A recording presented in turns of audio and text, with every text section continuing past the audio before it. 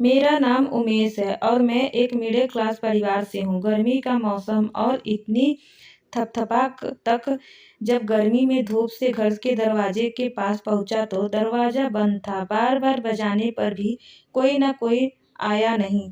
मुझे बहुत गुस्सा आ रहा था। कुछ ही देर के बाद मेरी माँ ने दरवाजा खोला और मैं थका हुआ पसीने में भीग कर घर के अंदर गया। मेरी माँ मुझे पानी का गिलास देने लगी और फिर मुझसे कहने लगी कि देखो घर का सारा काम मैंने किया है, झाड़ू लगाया, पोछा लगाया है। मेरी बूढ़ी हड्डियों में इतना दम तो नहीं रहा कि घर-बार सँभालूँ। तुम अपनी पत्नी से जाकर देखो, आखिर वह करती ही क्या है? जब अपने कमरे में गया तो मैंने देखा कि मेरी पत्नी सुकून से बेड पर सोई हुई है। मुझे बहुत गुस्सा आया। उसके बगल में मेरी बेटी भी सो रही थी। एक पल को भी सोचने लगा कि देखो, मेरा सारा दिन ऑफ़िस में मेहनत करता हुआ, अपना सर कपटाता हुआ और रेशमा को देखो कितनी सुकून से सो रही है। मैंने गुस्से से उसे पुकारने लगा।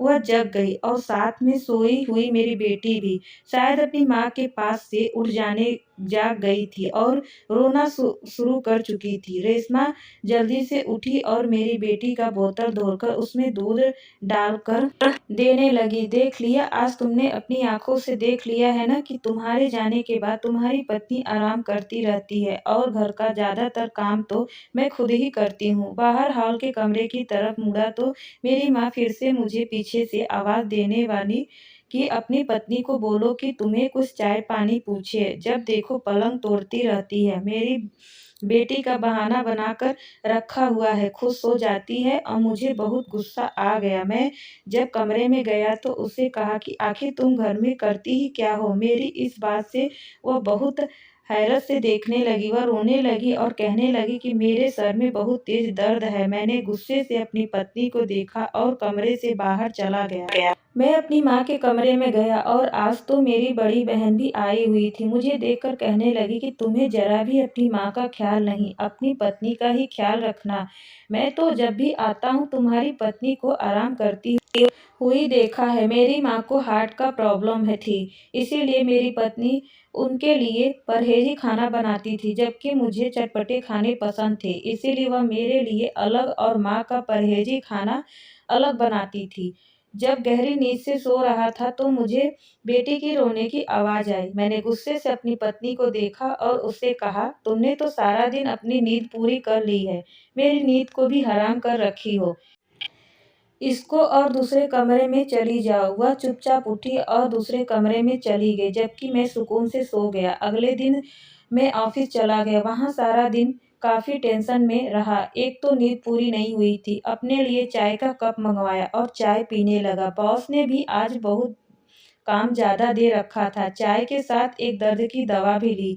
4 बजे ऑफिस से छुट्टी हो जाती थी, लेकिन मेरा काम अभी तक पूरा नहीं हुआ था क्योंकि आज मेरी तबीयत बहुत खराब थी। मुझे बहुत चिड़चिड़ापन महसूस हो रहा था। एक तो बेटी ने तंग किया हुआ था और ऊपर से दीदी के 2 बच्चे भी आए हुए थे।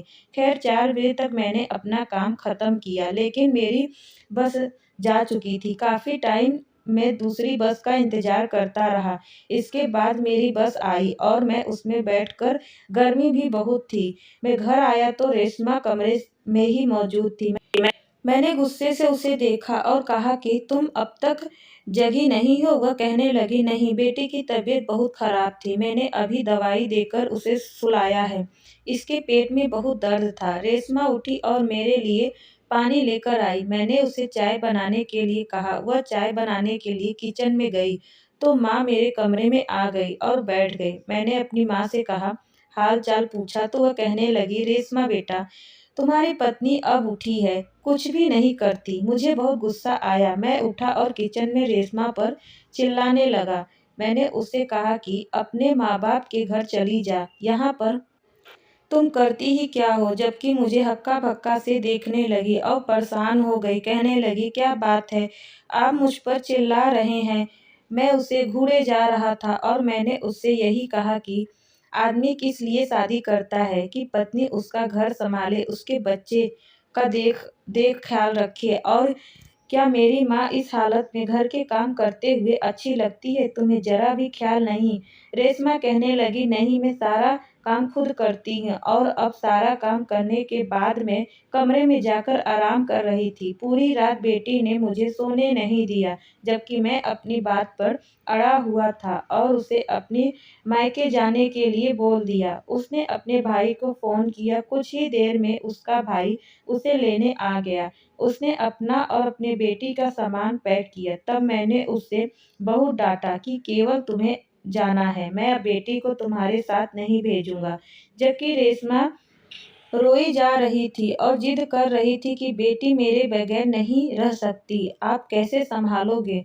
मैंने उससे कहा कि तुम अपनी देखो, बेटी को मैं देख लूँगा। उसका भाई बाहर की गाड़ी में भी हॉर्न बजा रहा था। बार-बार हॉर्न बजाने पर रेशमा अपना सामान उठाकर जब बेटी को उठाने लगी तो मैं उसे बेटी को छीन लिया और उसे बाहर की तरफ धक्का दे दिया। गिरते-गिरते बची थी। वह रोते हुए जाकर अपने भाई की गाड़ी में बैठ गई। उसका भाई गाड़ी से बाहर निकला। शायद वह अपनी भांजी को मुझसे लेने चाहता था। मेरी तरफ आने वाला था कि रेशमा ने उसे मना कर दिया।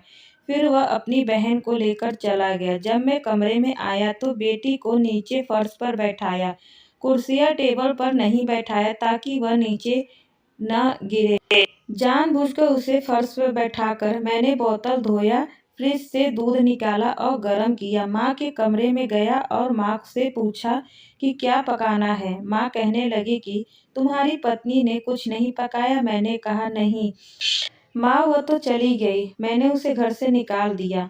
माँ मुझे हक्का-बक्का देखने लगी और कहने लगी, उमेश, आज तो मेरी भी तबीयत बहुत खराब है।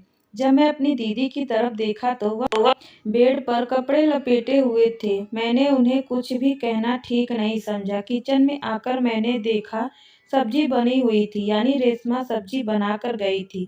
जब मैं ऑफिस से आया था तो वह सब्जी ही बना चुकी थी। फिर इसके बाद मैं किचन में देखा कुछ बर्तन पड़े हुए थे। मैंने सोचा माँ इन्हें कैसे धोगी, माँ की तो तबीयत भी ठीक नहीं, इसीलिए मैं खुद ही धोना शुरू कर दिया। थोड़े से बर्तन थे, बहुत जल्दी धुल गए। जब मैं उन्हें शेल्फ पर रखने लगा तो मुझे बेटी की रोने की आवाज़ आई। मैं भागता हुआ कमरे की तरफ गया तो बेटी अपना बोतल खत्म कर चुकी थी। वह बहुत ज़्यादा रो रही थी। मैं उसके पास गया और उसे उठा लिया। जैसे ही उसे उठाया तो मुझे अपने हाथ पर गीलापन महसूस हुआ। मैंने देखा तो उसने पोटी की हुई थी। मैं जल्दी से उसका डायपर बहुत बुरे दिल से चेंज किया। यहाँ तक कि मुझे उल्टी भी आने लगी थी, लेकिन बाहर हॉल में मुझे ही काम भी करना था। पॉटी साफ करके मैंने बेटी के कपड़े चेंज किए। कपड़े चेंज करने के बाद मैंने उसको झूले में लिटा दिया और वह सुकून से लेट गई। फिर उसके बाद मैं बेड से सारी चीज़ उठाई और बाहर फेंक दी। अब बेडशीट को देखा तो वह भी गंदी थी। मैं बेडशीट उतारी और अलमारी से धुली हुई बेडशीट निकाल कर बेड पर बढ़ा दी। फिर वॉशरूम गया। अभी मैं धो ही रहा था कि मुझे बेटी की रोने की फिर से आवाज़ आई। मैं भागता हुआ कमरे में आया और यही सोच रहा था कि कहीं बेटी गिर न जाए। मैं उसे माँ के पास छोड़ आया और फिर आकर बेडशीट धोकर छत पर फैलाकर वापस आया तो मैं किचन में चला गया। सब्जी तो रेशमा बनाकर गई है, लेकिन मुझे रोटियां भी देखनी है। मैंने फ्रिज खोला तो देखा फ्रिज में आटा नहीं था। अब आटा कैसे गूँथूँ? आटे का मुझे पता ही नहीं है। मैंने सोचा कि क्यों ना खाना ऑर्डर कर दूँ। मैं माँ का परहेजी खाना देखा तो वह भी बना हुआ था, सिर्फ रोटियाँ मुझे ऑर्डर करनी थी। मैंने रोटी को ऑर्डर किया और फिर माँ के कमरे में चला गया क्योंकि मुझे बेटी की रोने की आवाज़ आ रही थी। मैं बेटी को उठाकर ले आया और उसे चुप करवाने लगा, लेकिन मुझे महसूस हुआ कि शायद इसे भूख लगी है। मैं किचन में गया और उसके लिए सेरेलैक बनाया। पहले तो मुझे समझ नहीं आ रहा था कि सेरेलैक कैसे बनाएँ। फिर इस डिब्बे में ऊपर लिखा हुआ था कि किस तरह से बनाया है। मैं सेरेलैक बनाया और बेटी को खिलाने लगा। उसने खाते-खाते फिर कपड़े गंदे कर लिए थे। मैं उसे खिलाने के बाद उसके कपड़े चेंज करने लगा। तक रोटी भी आ चुकी थी। मैं रोटी लेकर किचन में गया। किचन में आया तो सब्जी ठंडी पड़ी हुई थी। बच्चों को संभालना कोई आसान काम नहीं है। पिछले इन 3 घंटों से मुझे इस बात का एहसास हो रहा था। मैं जल्दी-जल्दी मोटे-मोटे निवाला तोड़कर खाना खाया और मैंने यही सोचा कि अगर बेटी ने रोना शुरू कर दिया तो सब्जी और रोटी ठंडी हो जाएगी। इसीलिए मैं जल्दी से जल्द खाना खाया और कुछ ही देर बाद बेटी सो गई। फिर मैं भी उसके पास लेट गया। ना जाने कब मेरी भी आँख लग गई, क्योंकि पिछले 2-3 दिनों से मेरी भी तबीयत ठीक नहीं थी और मैं बहुत थकान महसूस महसूस कर रहा था।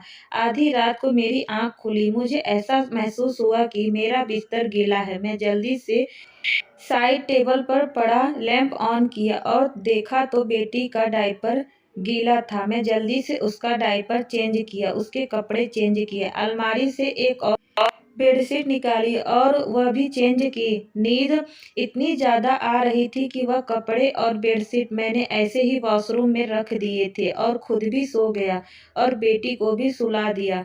सुबह उठा तो काफ़ी टाइम हो गया था। तब तक माँ नाश्ता कर चुकी थी, लेकिन जब मैं जगा तो माँ मुझे नाश्ता नहीं पूछी।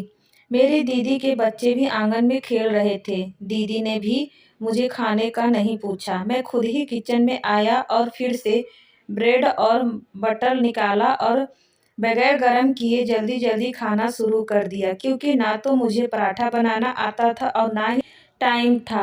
हालांकि मुझे नाश्ते में दही और पराठा पसंद था। मुझे नहीं पता कि रेशमा कब और कैसे दही बना देती थी। खैर, मैं ब्रेड खाई और जल्दी जल्दी तैयार होकर ऑफिस के लिए निकल गया और बेटी को माँ को पकड़ा दिया। सारा दिन ऑफिस में बिजी रहने के बाद जब घर में आया तो मुझे गली से ही बेटी की रोने की आवाज़ आ रही थी। मैं घर आकर देखा तो बेटी आंगन में ही फर्श पर बैठी रो रही थी। उसके पास आस-पास बहुत सारे खिलौने पड़े हुए थे। जब मैं अंदर गया तो मुझे देखकर वह चिल्लाने लगी और पापा पापा कहने लगी।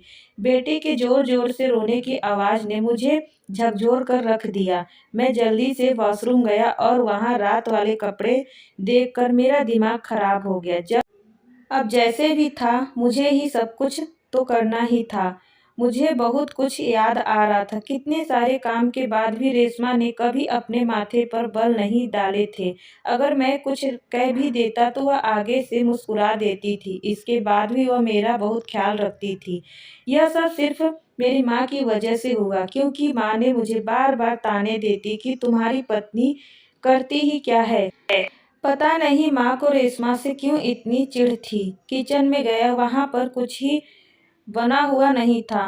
माँ यह कहती थी कि फर्श पर साफ करती हूँ, लेकिन 2 दिनों से फर्श गंदा था। मैंने कुछ बर्तन धुले, किचन को कुछ समेटे और फिर उसके बाद बेटी को उठाया और उसे प्यार करने लगा और अपनी बेटी से कहा कि चलो बेटा। जब बाहर निकला तो माँ कहने लगी, बेटा कहाँ जा रही हो? मैंने कहा, माँ मुझे पता है कि मुझे कहाँ जाना है।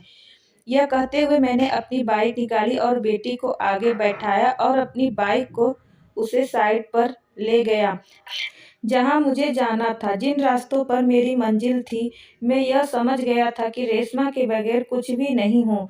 मेरी पत्नी के बगैर मेरा घर अधूरा है, मेरी बेटी भी मेरा घर, सब कुछ तो मेरी पत्नी ने ही संभाला हुआ था। मैं इन्हीं सच सोच में था कि रेशमा के घर पहुंच गया। मैंने दरवाज़ा खटखटाया तो दरवाज़ा रेशमा की भाभी ने खोला। मैं नमस्ते करते हुए अंदर आ गया। मैं जब रेशमा के पास गया तो देखकर हैरान रह गया कि उसकी आंखें सूजी हुई थी। शायद वह बहुत ज़्यादा रोई थी। मैंने उसे पुकारते हुए देखकर वह बहुत हैरान हुई और जल्दी से उठकर खड़ी हो गई और जल्दी से भागकर बाहर आ गई और उसने देखा बेटी को उठा लिया और उसने चूमने लगी। यह सब देखकर मुस्कुराने लगी और रेशमा का हाथ पकड़ लिया और उससे कहा कि तुमसे माफ़ी मांगना आया हूँ।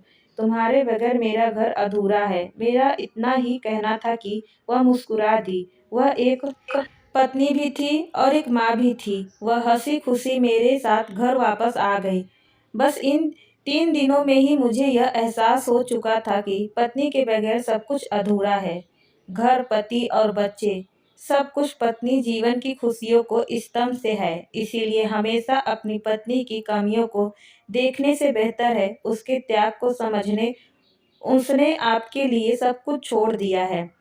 तो दोस्तों, आपका इस कहानी पर क्या राय है हमें कमेंट में ज़रूर बताइएगा और हमारे चैनल को सब्सक्राइब कर लीजिएगा। वीडियो को एक लाइक करेगा। फिर मिलते हैं एक ऐसी ही नई कहानी के साथ। तब तक के लिए धन्यवाद।